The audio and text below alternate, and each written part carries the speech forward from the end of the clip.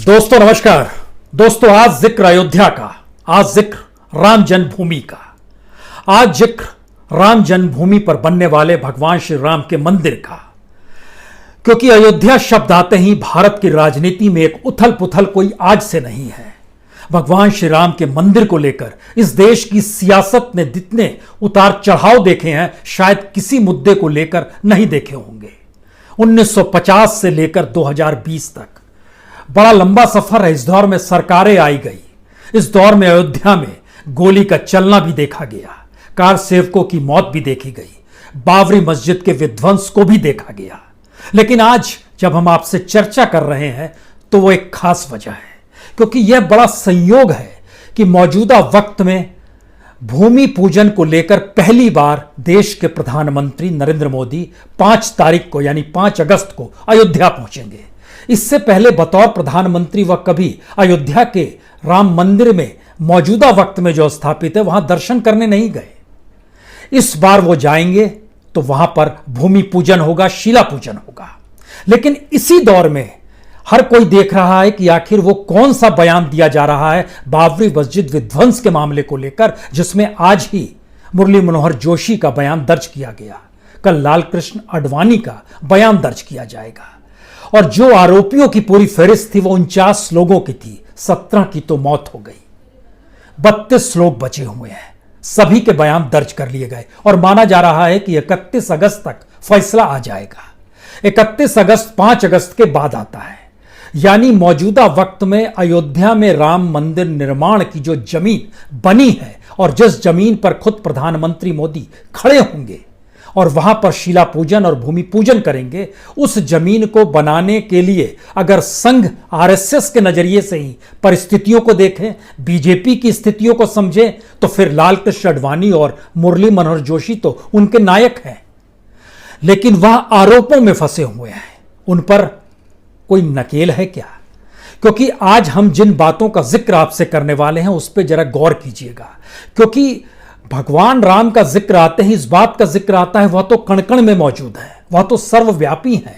और भगवान राम सिर्फ एक तरह से इस देश के भीतर में देखे नहीं गए, अपना अपना नजरिया भी रहा और सिर्फ भारत की सीमाओं ने भगवान राम को नहीं बांधा है। लेकिन मौजूदा वक्त में आपके भीतर एक एहसास होगा, यह एहसास जागृत हो रहा है कि दरअसल अयोध्या में जो राम मंदिर बनने जा रहा है वो राम मंदिर नहीं है, वो कहीं बीजेपी का मंदिर तो नहीं है, या फिर राम को कहीं इस रूप में प्रस्तुत तो नहीं कर दिया गया है जहां भगवान राम भी सेक्रेटेरियन लगने लगे। यानी एक लिहाज से भगवान राम शब्द आते ही इस देश के भीतर में एक सांप्रदायिकता की हवा बहने लगे, एक कॉम्युनलिज्म की हवा बहने लगती है। ये परिस्थितियां कैसे बन गई? और मौजूदा वक्त में जब राम मंदिर निर्माण की दिशा में हर कोई बढ़ ही चुका है, अदालत से लेकर आम जन तक की एक सहमति ही है। भोपाल में बैठकर संघ के तमाम बड़े स्वयंसेवक चिंतन मनन कर रहे हैं किन्हें बुलाना है किन्हें नहीं बुलाना है। उस फहरिस्त में अभी तक न्योता लालकृष्ण आडवाणी या मुरली मनोहर जोशी के दरवाजे तक पहुंचा नहीं है। वो जाएंगे, जरूर जाएंगे, पहुंच भी जाएगा।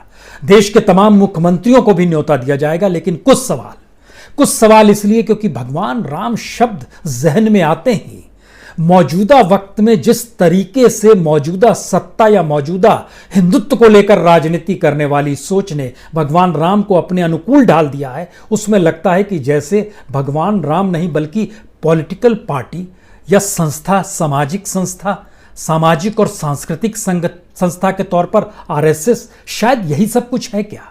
हम इस बात का जिक्र इसलिए आपसे करना चाहते हैं क्योंकि जब जब आप भगवान राम को याद कीजिए जब श्रीलंका पे जीत हासिल कर ली, रावण मारा गया, उसके बाद जो पहला शब्द था लक्ष्मण का, उन्होंने यही कहा था, हम विजय हुए हैं, क्यों ना आप ही, भगवान राम से वो कह रहा है, क्यों नहीं आप ही लंका के राजा बन जाते हैं। तो उस वक्त श्री राम ने जवाब क्या दिया था? बहुत साफ कहा था, अपि स्वर्णमयी लंका नामे लक्ष्मणे रोचते जननी जन्म भूमिश्च स्वर्गादपि गरियसी।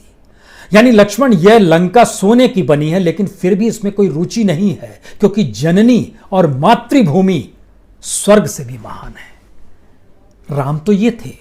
और राम के बारे में जो कुछ लिखा गया, तुलसीदास ने रामचरितमानस लिखा, वाल्मीकि ने रामायण लिखी, इन बातों का जिक्र करने से पहले एक जहन में बात और आती है कि अभी नहीं, चले जाए 1989 9 नवंबर 1989 जब कामेश्वर चौपाल ने पहली ईंट रखी थी अयोध्या में, उस वक्त जो भूमि पूजन हुआ था वह भूमि पूजन एक लिहाज से मॉडरेट रूप में इस बार शिला पूजन के तौर पर अयोध्या में 5 अगस्त को होगा।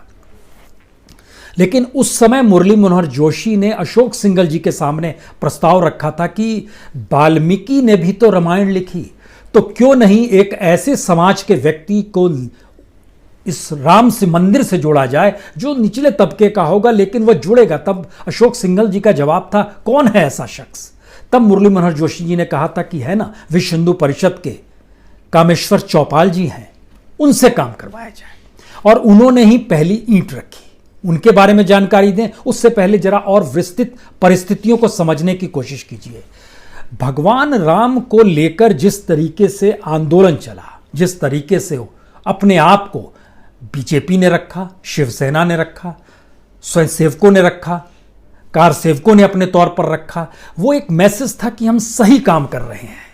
लेकिन जो जानकारी आई है कि पिछले दिनों जिन लोगों ने अपने बयान दर्ज कराए हैं उसमें एक नैतिक बल की इस रूप में कमी नजर आई कि कोई ये मानने को तैयार नहीं था कि अगर हमने बाबरी मस्जिद विध्वंस की है तो राम के मंदिर के लिए कि हमने क्या गलत किया है।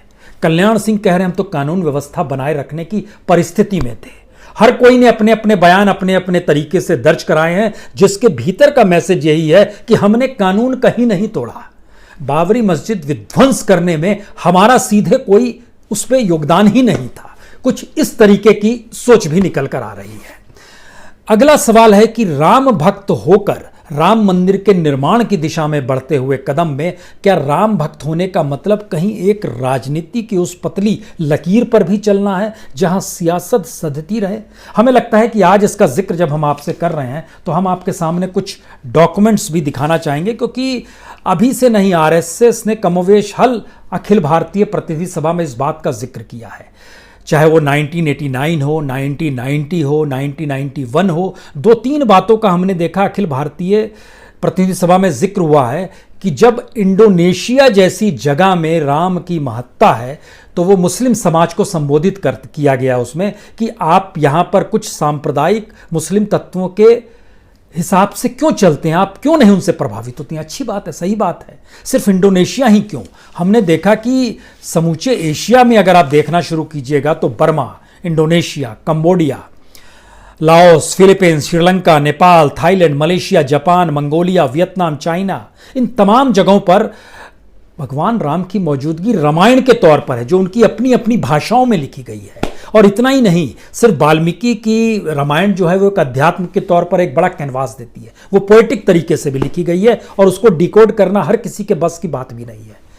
लेकिन तुलसीदास ने रामचरितमानस जो लिखी वो अवधि में लिखी और बड़ी ही शानदार और सरल तरीके से उन्होंने एक लिहाज से भक्ति रस को पूरे तरीके से अपना लिया। लेकिन सवाल सिर्फ इन 2 रामायणों का नहीं है, कमोवेश हर भाषा में रामायण लिखी गई, यानी राम हर किसी के हैं। इसको आप बांधिए मत कि अपने साथ लेकर चलेंगे। आंध्र प्रदेश में रंगनाथा रामायण लिखी गई जो गोना बुद्धि रेड्डी थे उन्होंने लिखी। असम में सप्तकांडा रामायण लिखी गई, माधवा कंधाली ने लिखी। तमिलनाडु में कांबा रामायण लिखी गई जो कि 12वीं सदी में लिखी गई, पोएट कंबन थे उन्होंने लिखी थी। बंगाल में कृतवासी रामायण लिखी गई, कृतिवास ओझा जी थे वहां पर। गोवा में रामायणू लिखी गई जो कि कृष्णदासा श्यामा थे। गुजरात में लिखी गई है तुलसी कात्रा जो कि प्रेमचंद स्वामी थे वहां पर, उन्होंने लिखी। कश्मीरी भाषा में लिखी गई है, कश्मीर में रामवत्रा चरित्र लिखा गया है। कर्नाटक में तो अलग अलग सदी में लिखा गया है। कुमदेन्दु रामायण 13वीं सदी में लिखी गई। 12वीं सदी में रामचंद्र चित्र पुराण लिखी गई, नागचंद्रा जी ने लिखी थी। कुमारा वाल्मीकि लिखी गई जो 16वीं सदी में लिखी गई, होरावे रामायण।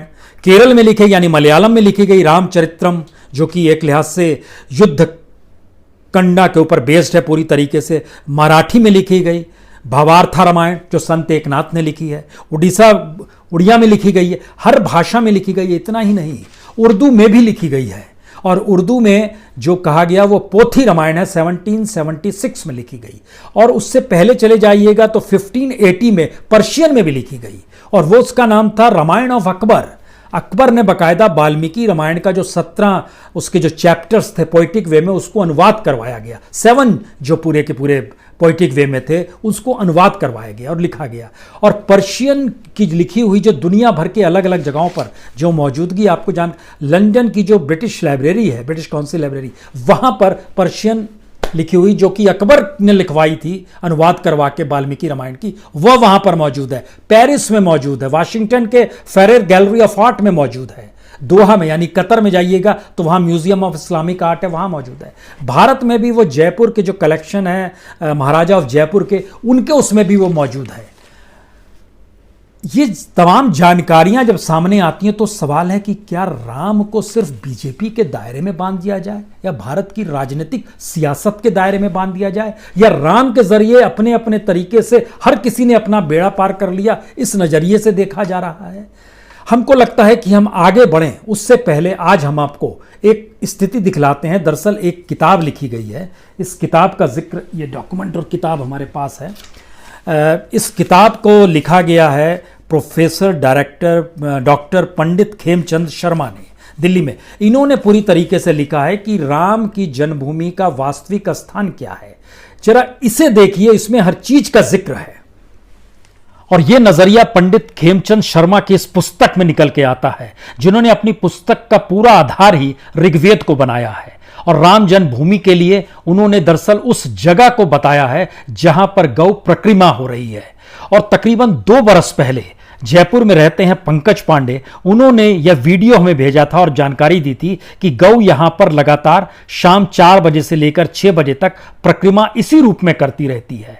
और यहीं से यह सवाल है कि जिस पुस्तक का हम जिक्र कर रहे हैं और जो ऋग्वेद का जिक्र है, उसमें इस बात का जिक्र किया गया है कि किस तरीके से अतीत में जब राजा विक्रमादित्य थे तो उन्होंने नंदनी गाय को भेजा था जिसके जरिए अयोध्या की जानकारी मिली थी। लेकिन अयोध्या में श्री राम जन्मभूमि कहां है, इसका जिक्र मौजूदा वक्त में उस गौ की प्रक्रिमा से समझा जा सकता है। और किताब के एक एक पन्नों में इस बात का जिक्र है कि दरअसल इस चक्र का मतलब क्या है, इस चक्र में किस किस ईश्वर, किस किस भगवान की मौजूदगी है और ये क्यों यहां पर सबसे बेहतरीन जगह है। यह एक सवाल है, एक नजरिया आप कह सकते हैं। लेकिन अब जब राम जन्मभूमि को लेकर बात हो रही है तो ऐसे में गौ की प्रतिमा लगाने वाला स्थल जो कि इसी जगह पे राम मंदिर के प्रांगण में ही मौजूद है और वहां पर चारों तरफ वामावर्त में चक्कर लगाती हुई जो गौ है वह इस बात का एहसास कराती है कि यह भूमि कितनी पवित्र है। लेकिन सवाल इसके आगे का है, सवाल है मौजूदा वक्त में हिंदुत्व की समझ हो, सामाजिक सांस्कृतिक तौर पर समझ हो, वो खत्म हो गई। विद्वान बचे नहीं राजनीति में भी। एक वक्त गीता प्रेस तक को तो मदद बिरला किया करते थे, अब तो गोरखपुर के ही उत्तर प्रदेश के मुख्यमंत्री योगी आदित्यनाथ हैं। लेकिन गीता प्रेस तक तो ढह गई, कल्याण फिलहाल रीप्रिंट की स्थिति में आ गई है। विद्वान संत महात्मा बचेंगे ही नहीं और सियासत बचेगी तो शायद यही स्थिति। यानी राम को लेकर और राम जन्मभूमि को लेकर भी हर किसी की एक अपनी मान्यता है और हर किसी के पास एक अपना रेफरेंस भी है, क्योंकि इसमें जिक्र ऋग्वेद का किया गया है। लेकिन सवाल है कि मौजूदा वक्त में हम जब राम को इस दृष्टि से देख रहे हैं तो फिर ऐसे में बाबरी मस्जिद विध्वंस मामले को लेकर जो आरोपियों की फेहरिस्त है उसमें अब 1-2 सवाल यह भी है, क्या यह मामला आने वाले वक्त में खत्म कर दिया जाएगा या फिर इस मामले को जीवित रखकर यह कुछ लोगों पर बंदिशें भी चलेंगी। क्योंकि ये ऐसे सवाल है जिसमें राम को अगर आप सिर्फ अपने साथ जोड़ते हैं तो ऐसा वाकई महसूस होता है कि राम को देखने का नजरिया सेक्टेरियन हो गया है। क्योंकि हमें याद है जिस दौर में आंदोलन चल रहा था और उस आंदोलन के दौर के जो मुख्य लोग थे उनसे मुलाकात लगातार होती थी, चाहे वो अशोक सिंघल हो, गिरिराज किशोर हो, विष्णु हरि डालमिया हो, इन लोगों से महंत अवैधनाथ हो। लगातार हम लोग पत्रकारिता करते हुए जब खबरों को लेकर आते थे तो इनसे एक संवाद भी होता था। अब इनमें से कोई नहीं है, 17 लोगों की मौत हो गई। लेकिन मौजूदा वक्त में जो लोग मौजूद हैं, जो 32 लोग हैं, उसमें जो महत्वपूर्ण सियासी तौर पर उसमें लाल कृष्ण आडवाणी है, मुरली मनोहर जोशी हैं, उमा भारती हैं, कल्याण सिंह है, विनय कटियार है, साध्वी रितंबरा है, रामविलास वेदांती जी हैं, चंपत राय हैं जो विश्व हिंदू परिषद से जुड़े हुए हैं, अभी भी उनकी भूमिका है। वह भी भोपाल पहुंचे हैं, जहां पर इस बात को तय किया जा रहा है कि कैसे पूरा भूमि पूजन होगा, किन किन को बुलाया जाएगा, किन को बुलाया जाएगा तो कहां बैठाया जाएगा। यानी एक ऐसी स्थिति आ रही है। इस स्थिति को समझते बूझते हुए हमारे जहन में फिर तुरंत यह सवाल आता है कि आर्य समाजी तो राम को अवतार नहीं मानते, लेकिन भारत में कुछ लोग अवतार भी मानते हैं। कुछ उन्हें अपने तौर पर महापुरुष के तौर पर देखते हैं, कुछ श्रेष्ठ राजा के तौर पर देखते हैं, इसीलिए राम राज्य की परिकल्पना होती है। दुनिया भर में अलग अलग तरीके से इस बात का जिक्र है। यानी दुनिया भर में जिस शख्स को लेकर, जिस महापुरुष को लेकर, जिसे भगवान मानकर पूजा जाता है, उसको लेकर नजरिया भारत की सियासत में बिल्कुल अलग क्यों हो जाता है। और एक चीज और, जब हम आपसे जिक्र कर रहे थे कि कामेश्वर चौपाल जी से जो पहली ईंट 9 नवंबर 1989 को रखाई गई थी, तो उसके तुरंत बाद अगर भारतीय राजनीति के मिजाज को भी समझें तो कामेश्वर चौपाल का कद बढ़ गया था। कद इस हद तक बढ़ गया था कि उसके तुरंत बाद जब 91 में इलेक्शन हुए तो वह चुनाव के मैदान में भी खड़े हो गए और रामविलास पासवान के खिलाफ वो खड़े हुए थे। सुपौल से खड़े हुए थे, रोसड़ा लोकसभा चुनाव से खड़े हुए थे। सुपौल के ये खुद हैं। सुपौल में एक कमरैल गांव है जो कि कोसी तटबंध के बीच में लगा हुआ है। वहां से आते हैं कामेश्वर चौपाल और 91 का चुनाव वो हार गए। यानी जिस शख्स ने पहली ईंट रखी वह शख्स चुनाव हार गया। और इतना ही नहीं, जब नरेंद्र मोदी की 2014 में हवा चल रही थी, वो फिर चुनाव मैदान में उतरे और इस बार उन्होंने सुपौल लोकसभा सीट ली, फिर चुनाव हार गए। उन सब के बीच में वो बीजेपी के चले गए और बीजेपी के एमएलसी के तौर पर लगातार रहे। लेकिन एक देखिए, एक शख्स ये है, लेकिन दूसरी स्थिति याद कीजिए, राजीव गांधी ने जब शहबानो किया तो उसके तुरंत बाद ताला भी खुलवाया। और राजीव गांधी ने 91 में जब इलेक्शन की शुरुआत हुई तो इलेक्शन का जो पूरी पहली बांसुरी थी वह अयोध्या से ही शुरुआत की थी राजीव गांधी ने अपने तौर पर।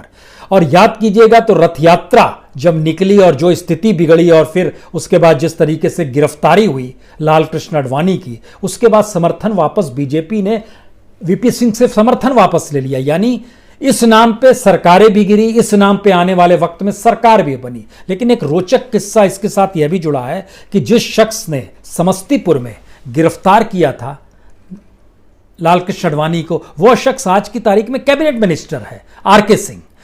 वह उस समय रजिस्ट्रार कॉर्पोरेट हुआ करते थे बिहार सरकार में और उस समय लालू प्रसाद यादव मुख्यमंत्री थे। उन्होंने स्पेशल पावर के साथ समस्तीपुर उन्हें भेजा था एडिशनल मजिस्ट्रेट के तौर पर। और समस्तीपुर के डीएम और एसपी दोनों को जानकारी नहीं थी कि लाल कृष्ण आडवाणी को गिरफ्तार किया जा रहा है। आरके सिंह ने गिरफ्तार किया और उसके बाद उनको दुमका भेज दिया गया, दुमका जेल में।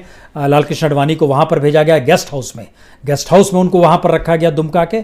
लेकिन सवाल है कि आरके सिंह उसके बाद से निकले और उसके बाद से निकलकर 1999 में लाल कृष्ण आडवाणी ने उनको होम मिनिस्ट्री में बुला लिया ज्वाइंट सेक्रेटरी के तौर पर। और फिर बाद में वह मनमोहन सिंह के दौर में होम सेक्रेटरी भी बन गए। अलग अलग व्यक्ति अलग अलग तरीके से इस दौर में किस रूप में अपने को तर लेता है या उसकी मौजूदगी हो जाती है, यह एक भारत की एक सांस्कृतिक मिजाज, भारत की एक भक्ति मिजाज और भारत के बीच में आस्था की जो पराकाष्ठा है उस सब की चीजें हैं ये, जिसमें हर व्यक्ति को देखने का नजरिया अलग अलग होगा। लेकिन यह एक महत्वपूर्ण है कि कामेश्वर चौपाल और आरके सिंह दोनों सुपौल के ही हैं। आरके सिंह का जन्म भी वहीं पर हुआ है। अब सवाल यह है कि जिस दौर में लाल कृष्ण आडवाणी रथ यात्रा निकाल रहे थे उस समय मुरली मनोहर जोशी जो थे वह महासचिव हुआ करते थे। जब 6 दिसंबर 1992 हुई तो मुरली मनोहर जोशी अध्यक्ष थे पार्टी के। और जब विश्व हिंदू परिषद का कोई भी कार्यक्रम होता था या संतों का कोई भी कार्यक्रम होता था राम मंदिर को लेकर, इस देश के भीतर में 2 ही प्रमुख वक्ता रहते थे जो कि विश्व हिंदू परिषद या आरएसएस से हटकर पॉलिटिक्स में हो। उसमें एक मुरली मनोहर जोशी, एक लाल कृष्ण आडवाणी। मौजूदा दोनों आरोपी हैं बाबरी मस्जिद विध्वंस मामले में। इस मिजाज को समझने की जरूरत है कि मौजूदा वक्त में 10 दिनों के भीतर में सब कुछ होगा। यानी 31 अगस्त को अगर फैसला आना है और 5 तारीख को अगर भूमि पूजन हो रही है तो बीच का अंतर क्या है, 20-25 दिन का। इस प्रोसेस में सारी चीजें एक साथ चल रही है और अयोध्या में मौजूदगी लाल कृष्ण आडवाणी जी की भी होने वाली है 5 तारीख को और मुरली मनोहर जोशी की। यह एक सियासी कॉकटेल है। इन सब के बीच सवाल यह है कि अगर भगवान राम की बात इस देश के भीतर में भारत में की जाए तो कमोवेश घर घर गांव गांव शायद वो अलग हर कोई जगाएगा।